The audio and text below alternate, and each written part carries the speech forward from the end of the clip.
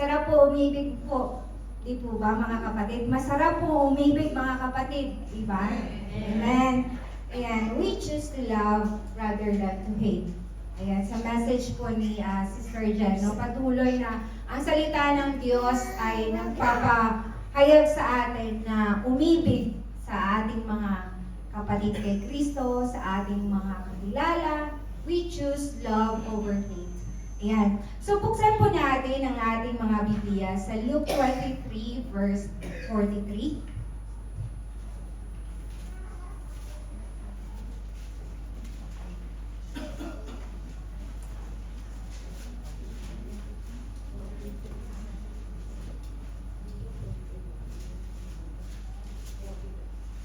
Sige po, basahin po natin lahat sa Tagalog. Handa simulan?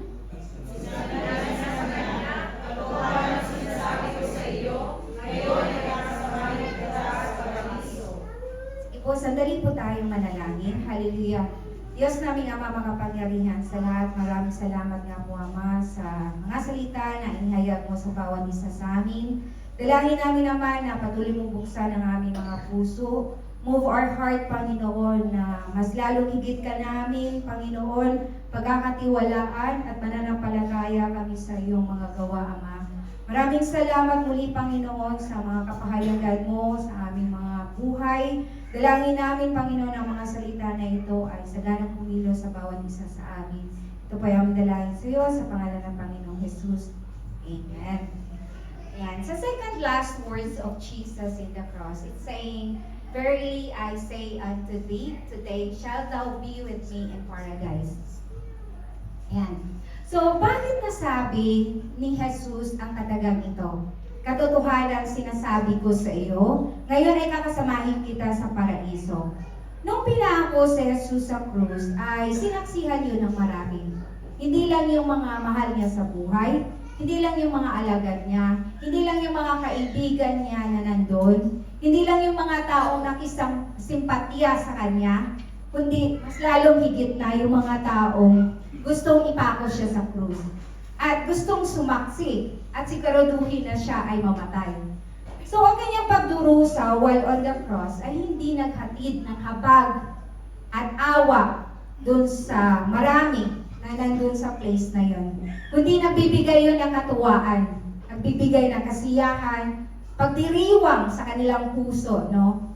At na gusto nilang ipako sa krus si Jesus. And the worst here is yung mga tao na iyon, no? Sila yung minsan nakatanggap ng kabutihan ng Diyos. Sila yung minsan nakatanggap ng mga bagay na without any hesitation, binigay ng Panginoon or ni Jesus. No? His pain, Jesus' pain, His sufferings, His dying situation, His crucifixion, His death, is a celebration of that many person. No? Na nandun sa lugar kung saan He was crucified. Sila yung mga tao na as I've said, no, sila yung mga tao na natulungan ni Jesus during that time. So, you can imagine how emotionally and mentally tortured he was, no? Jesus experienced that part of his life kung saan nandun siya sa peak ng kanyang emotion, nandun siya sa peak ng kanyang mental, he was mentally tortured. So, not only for that, on top of that also, is Jesus also experienced the maximum, the extreme level of physical torture from those people. Kung i-describe mo yung physical appearance ng Panginoon or ni Jesus during that time, siya ay nabugbog, siya ay nasugatan, duguan. No? Sabi nga sa Psalms 22 verses 14 to 17, let's open po our Bible to Psalms 22 verses 14 to 17.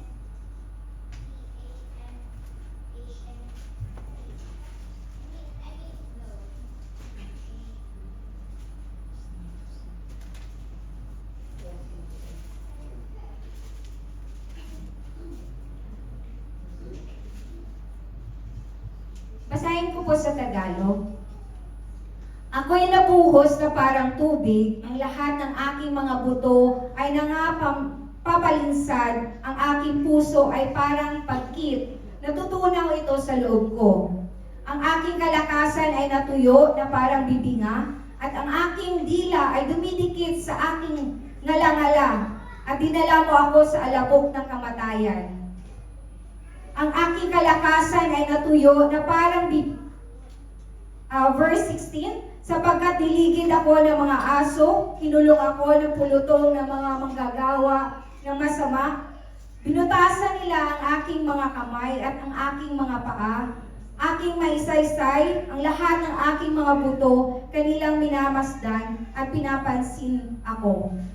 This is a prophetic description, no? Kung ano yung physical appearance ni Jesus during that time. As a human capacity, we cannot bear this pain, this physical pain. Tama po ba ako, kapatid? Kung kayo ay nasa kalagayan po ni Jesus during that time, you cannot bear that pain. You cannot bear that physical pain. Now, kung ikaw ang ilalagay mo yung sarili mo sa katayuan ni Jesus, how would you feel? How would you put yourself, will you put yourself muted during that time? Will you seek revenge? No? Knowing na ikaw ang Diyos, makapangyarihan ka, you can do everything, no? Will you offer forgiveness? Will you still love those people na who put you there in that situation? In that situation of Jesus. Jesus still responded in a very supernatural and very humble. Yan. He demonstrated and responded with great love, and forgiveness dun sa mga taong gumawa sa kanya sa sitwasyon na yon. So experiencing that kind of torture or betrayal, sufferings and pains na hindi deserve yun ni Jesus, na siya ay nandun sa kalagayan na yon, ipinakita pa rin ni Jesus ang kanyang dakilang pag-ibig. Pinakita pa rin niya ang kanyang kapatawaran sa mga taong iyon. Mababasa natin sa Luke 23 verses 39 to 40, kung saan si Jesus ay patuloy na nagpapahiwatig ng dakilang pag-ibig niya at kapatawaran niya sa mga tao na nagkasala sa kanya, together with the two criminals. Sige po, buksan po natin ang ating mga Biblia sa Luke 23 verses 39 to 40.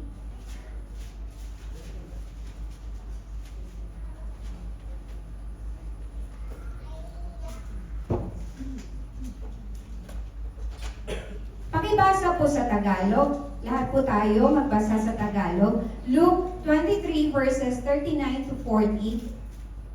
At siya'y pinalimutan ng isa sa mga madalas ng namimili at sinasabi, hindi ba ikaw ang Kristo? Iligtas mo ang iyong sarili at kami. Natawa sumagot ang isa, pasasaway sa kanyang sinasabi, hindi ka ba natakot sa Diyos? Kapag ikaw ay nasa gayunding kaparusahan. Ayan, maraming salamat mga kapatid. Yung dalawang kriminal ay they are convicted for crime. At dumaan po sila sa due process of law. Kaya sila, they found guilty. Yan. Sila ay kasama ni Jesus bound for crucifixion dahil sila ay nagkasala. At itong dalawang kriminal na to ay marapat lamang na sila ay parusahan. Basically, dahil sila ay nagkasala. At lumabag sila sa batas. Ngunit si Jesus na nandun, He is free from sin. He is free from guilt, not guilty at all. Not even worth of the situation he was with, Makikita natin na sa text na ating binasa, a while ago, that both criminals, they have an encounter with Jesus. But they have a different response. Di po ba? Makikita natin na may dalawang kriminal doon kung saan ang isa ay nangutya at nagduda kay Jesus. May isa din naman na kumilala sa kasalanan niya at natakot sa Diyos. So, you can see here two types of heart, di ba? Isang puso na matigas at mapanghusga, kung saan sinabi niya, di ba ikaw ang Diyos? Hindi, pinapahiwatig niya, bakit ka nandito? No? Wherein ikaw ang Diyos. Kaya mong gawin ang mga bagay na dapat wala ka sa lugaring or sa sitwasyon na yon. So isang puso din ang nakikita natin na nagpapakumbaba at nagsisisi. During the encounter with Jesus, both criminals were given also an opportunity. Opportunity to accept sins, na mag-repent, opportunity din na lumapit sa Diyos, magtiwala kahit mahirap, they're hanging in the cross. Nakaranas na opportunity din na makaranas sila ng grace, no? Ang dalawang criminals, sila ay nagkasala at lumabag sa batas. Kaya sila po nandun, no? At they have a different approach, no? How they're accepting their sins. Sabi nga sa salita ng Diyos, sa 1 John 1:9, di ba? If we confess our sins, He is faithful and just to forgive us our sins and to cleanse us from all unrighteousness. So, acceptance of sin is admitting of being a sinner, that you are bound to be punished. Di po ba? Ang isang kriminal, as we read in Luke 23 verse 41, siya ay nakita natin that he is guilty of doing, of what he's doing, at siya po ay nag-repent doon sa kanyang mga kasalanan. Yung kriminal na nag-admit sa kanyang kasalanan ay hindi nabago agad yung sitwasyon niya, no? Nandun pa rin siya sa krus kahit na inadmit niya yung kasalanan niya, kahit na nag-repent siya, hindi nagbago yung sitwasyon na yun. Pero ang nagbago sa kanya, ang kanyang puso. At doon nagsimula ang pagbabago ng buhay niya. So you have to remind yourself, no, a change of heart will bring you to a great salvation. Both criminals ay kilala si Jesus, no? Ang una ay hindi totoong pagkakilala kay Jesus. Yung unang kriminal ay nagsabi, hindi baga ikaw ang Kristo, iligtas mo ang sarili mo at kami. So, basically, makikita natin that he mocked Jesus, no? In-acknowledge niya si Jesus sa salita lamang, pero hindi sa puso. Parang sinasabi niya, di ba, kung totoo ka, patunayan mo sa sarili mo, no? He responded in that statement, makikita natin na how arrogant and how he is proud, no? At makikita din natin, may halong pagdududa yung statement niya. At in a way then he is so sarcasm, no? At self-centered na yung desire lang pala niya ay gusto lang niyang maligtas sa sitwasyon na yun. Yun yung response ng isang kriminal. Kung paano niya kinilala si Jesus during that time.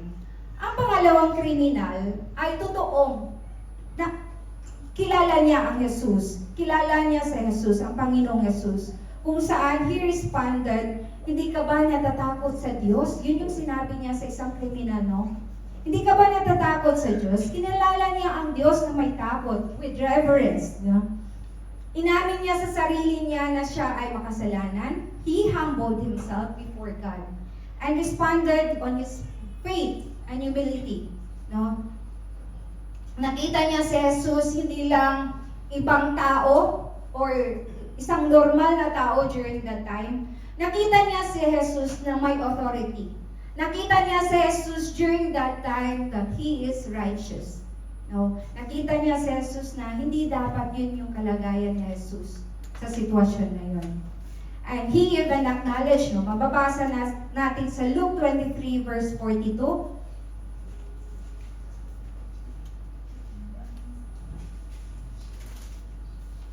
Sabi dito, at sinabi niya, Jesus, alalahanin mo ako pagdating mo sa iyong kaharian. Ayan. He acknowledged that Jesus is a King. He acknowledged that Jesus is a Savior. Tandaan po natin, acknowledging God is sa ating buhay. Recognition without faith is not a real acknowledgement. Through acknowledgement po, it includes fear of God, humility, repentance, pagsisisi, no? At yung dalawang criminals na yon, no? Both they believed that Jesus can save them during that time.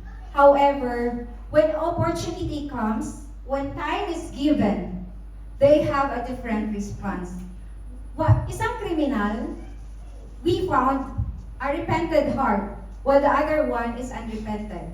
No? Everybody, lahat po tayo, deserve po natin yung grace and mercy ng Panginoon. Deserve natin yung salvation. But God will always respond to a repentant heart. Sabi nga, verily, I say unto thee, today shall thou be with me in paradise. Ito ay isang napakalakas na pangako ni Jesus at napakalakas na pangako ni Jesus sa isang kriminal na nagsisisi. Verily, I say unto thee. Hindi lang basta promise, no, ang sinabi ni Jesus dito, kundi isang garantisadong pangako, no? Sigurado, walang duda, at nandun yung authoritative promise mula kay Jesus, no? At alam ni Jesus na kaya niyang gawin. He is a God that can do everything and anything, no? At yung promise na yon ay hindi lamang nagtatapos or hindi lang makapangyari yun bukas or the next year or the future, kundi the promise it signifies or it emphasizes today, no? Sabi, today shall thou be with me in paradise. So, immediate salvation is offered. Agad-agad, today, di ba? Hindi bukas, hindi sa future. Ipinakita dito na ang kaligtasan ay agad na natatanggap kapag may tunay na pagsisisi at pananampalataya. Salvation supposed to be not to be delayed. Hindi dapat natin pinatagal pa yung salvation, no? Salvation supposed to be today. At hindi mo kailangang hintayin na maging perfect ka, no? To acquire salvation.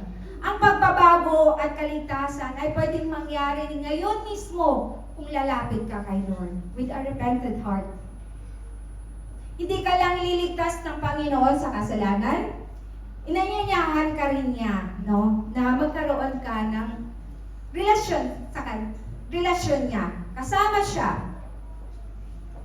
Kung tinanggap ni Jesus ang isang kriminal sa huling sandali ng kanyang buhay while hanging on the cross, that criminal, no, the same Jesus na nagsasabi sa iyo ngayon, no, na hindi pa huli ang lahat.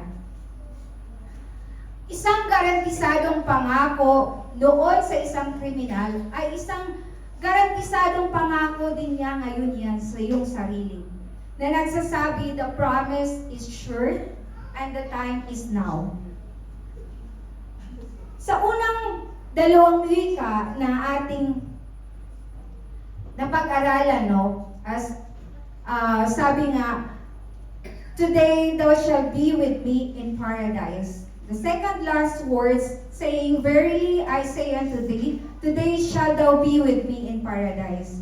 Itong wika ng Panginoong Jesus sa krus ay makikita natin ang pag-ibig ng Diyos sa anyo ng pagpapatawad. Kahit gaano man kabigat ang pagkakasala ng tao, kahit gaano man yan ka-deep yung wound na binigay sa iyo ng tao, ay God is encouraging us, no? And His words encourage us na kaya nating magpatawad. Magawa nating magpatawad as per God's standard. Not as per the people's standard. Kaya po ba natin yan, mga kapatid? Amen. At ang pagpapatawad po ay dapat wala na po yung pagbabalik, no? Pag binigyan mo yung kapatawaran, huwag mo na yung balikan, no? Sabi nga ni Sister Jen, you have to choose love over hate. Kaya po natin, mga kapatid, di po ba? Ayan. Purihin po natin ang ating Diyos. Hallelujah.